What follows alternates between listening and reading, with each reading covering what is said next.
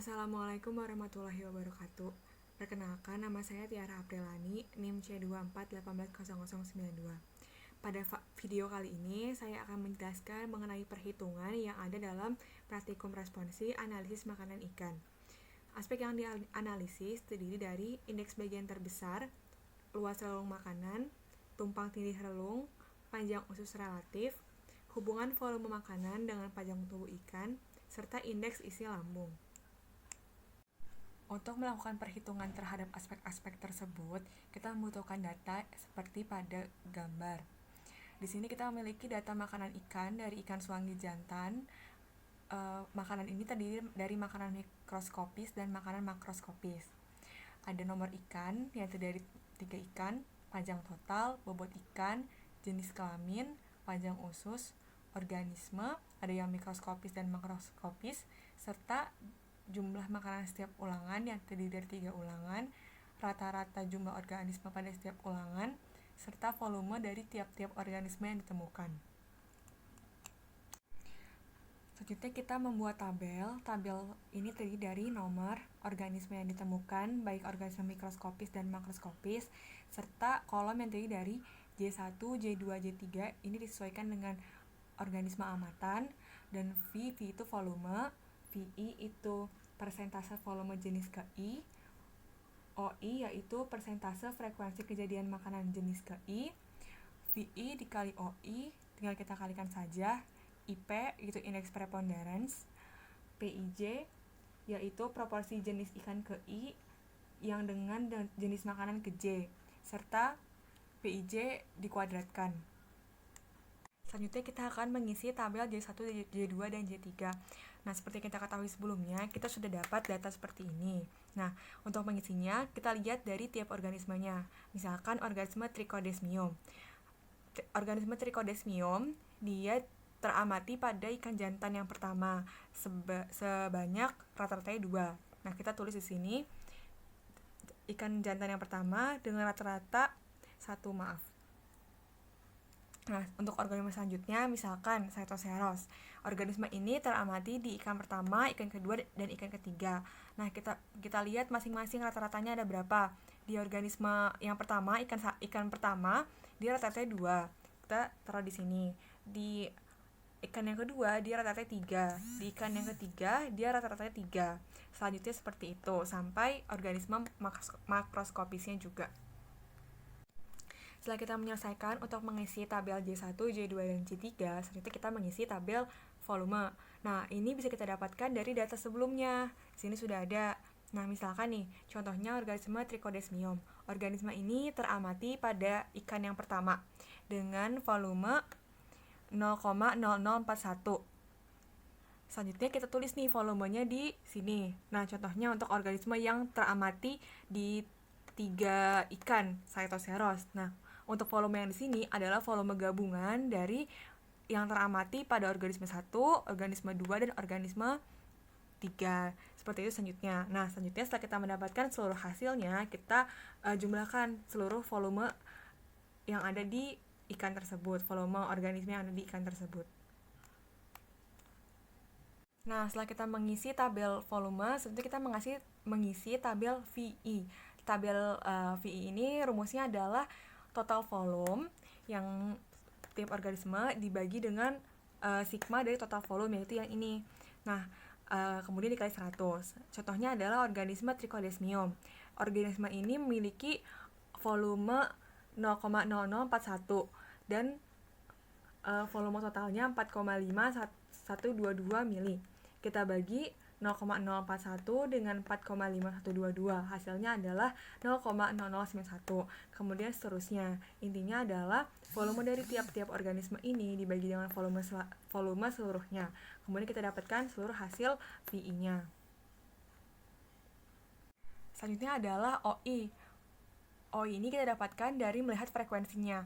Frekuensi kejadian setiap organismenya dibagi dengan sigma frekuensi kejadian dikali 100. Untuk menghitungnya seperti ini. Misalkan organisme Trichodesmium, dia hanya ditemukan di satu organisme saja, sedangkan organisme amatani ada 3, sehingga nilainya adalah 1/3 dikali 100, sehingga kita dapat nilainya 33,33%. Selanjutnya untuk organisme yang lain, contohnya Nitschia ini kita temukan di 3 organisme, tiga-tiganya nilainya ada gitu, sehingga untuk menghitung OI-nya kita menghitung dengan 3 dibagi 3 dikali 100, sehingga kita dapatkan nilainya 100%. Jadi OI ini kita melihat frekuensi kejadian J1, J2, J3, bukan berapa jumlahnya yang kita amati setiap organisme tersebut. Jadi kita hanya melihat frekuensi kejadiannya saja.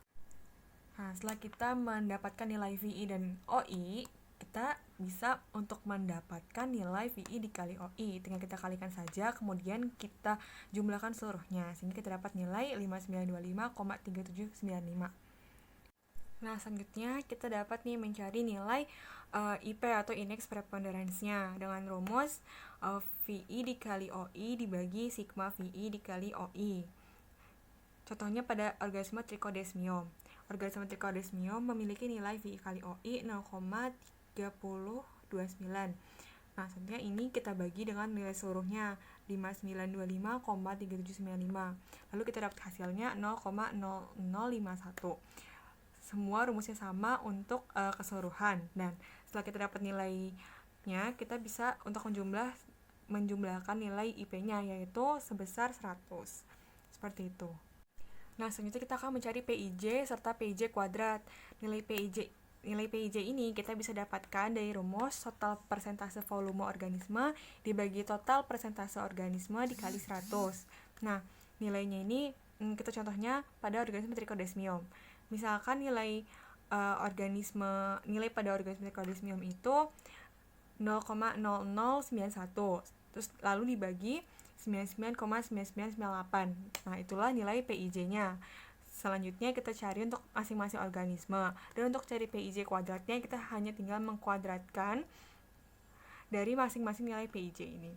Selanjutnya nilai PIJ kita kumulatifkan, mendapatkan hasil 0,3129.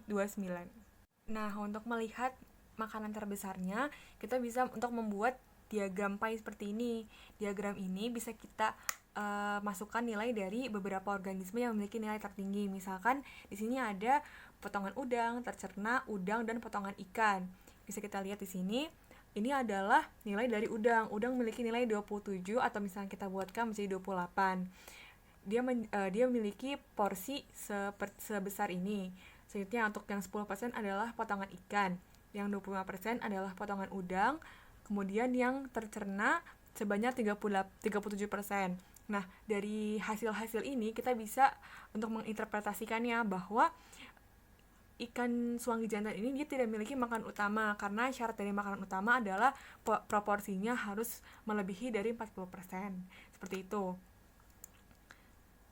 Nah, setelah kita menyelesaikan aspek yang pertama, yaitu indeks preponderance atau indeks bagian terbesar, selanjutnya kita ke aspek yang kedua. Aspek yang kedua itu luas relung ikan suwangi jantan. Nah, luas relung makanan ikan ini kita harus mencari dua nilai, yaitu nilai dari BI dan nilai dari BA. BI ini adalah luas relung, sedangkan BA adalah standarisasi relung. Rumus-rumusnya adalah BI itu 1 dibagi sigma PIJ kuadrat, sedangkan BI dikurang 1 per N dikurang 1. Nah, nilai PIJ ini kan kita sudah dapatkan ya dari nilai yang sebelumnya, dari nilai tabel tadi. Untuk nilai BA kita menghitung dulu nilai BI-nya. Setelah kita hitung, kita mendapatkan nilai 1 dibagi sigma PIJ kuadrat itu yang ini 0,3129. Kita dapat nilai 3,1962. Nah, untuk nilai BA-nya kita lihat nih, BI-nya tadi 3,1962. Berarti nilai dari BI-1 adalah 2,1962 dibagi dengan N-1. N adalah jumlah organisme yang teramati. Tadi ada 10, sehingga N-1 adalah 9. Kemudian kita dapat hasil 0,2440. Nah, kemudian untuk menginterpretasikan hasil yang kita dapatkan, kita harus membandingkan antara nilai luas relung jantan dan betina. Misalkan salah satu luas relungnya dia lebih besar, sehingga organisme tersebut atau jenis ikan tersebut dia memiliki makanan yang lebih beragam. untuk nilai BA-nya, jika nilai BA mendekati 0, maka ikan tersebut selektif. Sedangkan untuk BA yang mendekati 1, ikan tersebut tidak selektif. Dari nilai yang kita dapatkan, contoh soal yang kita kerjakan, ikan jantan memiliki makanan yang lebih beragam, sedangkan ikan betina itu lebih selektif. Seperti itu. Selanjutnya kita masuk ke aspek yang ketiga, yaitu tumpang tindih. Nah, tumpang tindih ini terjadi jika ada kelompok ikan yang memanfaatkan sumber daya yang sama. Contohnya ikan swangi dan ikan betina, dia sama-sama makan organisme yang ada di sini, Cetoceros, Nitsia, sampai potongan ikan. Nah, rumusnya adalah 2 dikali sigma PIJ kali PIB dibagi sigma PIJ kuadrat tambah sigma PIB kuadrat. Nah, ini kita cari masing-masing nilainya. Nilai PIB dan PIB kuadrat. Sama seperti kita mencari nilai PIJ dan PIJ kuadrat. Nah, selanjutnya kita memasukkan nilai-nilai tersebut ke rumus ini. Nah, kita mendapatkan hasil seperti ini. Nilainya 0,8038. Nah, hasil ini menunjukkan jika hasilnya mendekati 1, berarti dia terjadi persaingan untuk mendapatkan sumber daya makanan yang ada di tempat tersebut. Aspek selanjutnya yang akan kita amati atau kita analisis adalah panjang usus relatif. Panjang usus relatif ini rumusnya panjang usus dibagi panjang tubuh total. Nah, untuk datanya kan kita sudah dapat ya tadi dari awal data seperti ini. Nah, untuk mencari panjang usus relatif, kita sederhanakan data-data ini. Kita hanya butuh beberapa nilainya, seperti nilai nomor ikan, panjang total, volume, panjang usus, dan panjang usus relatifnya. Untuk contohnya, untuk ikan betina nomor 1, panjang totalnya adalah 184, volumenya 7, dan panjang ususnya itu 197. Nah, untuk cari PUR-nya, kita tinggal masukin ke rumusnya. Panjang ususnya adalah 197, dibagi dengan panjang tubuh totalnya 184. Kemudian kita dapat PUR-nya atau panjang usus relatifnya, yaitu 1,0707. Semuanya kita hitung, sehingga kita mendapatkan nilai total dan nilai rata-ratanya. Nah, masih berhubungan dengan aspek yang sebelumnya, kita akan mencari hubungan antara volume makanan dan panjang tubuh ikan. Untuk mencari hubungannya, kita menggunakan regresi, sehingga kita bisa menuliskan persamaan regresi VM sama dengan alfa tambah beta PT. Kita masukkan nilai regresi ini untuk nilai X-nya, atau nilai yang mempengaruhi, yaitu nilai panjang totalnya, dan nilai Y-nya atau nilai yang dipengaruhi adalah volumenya.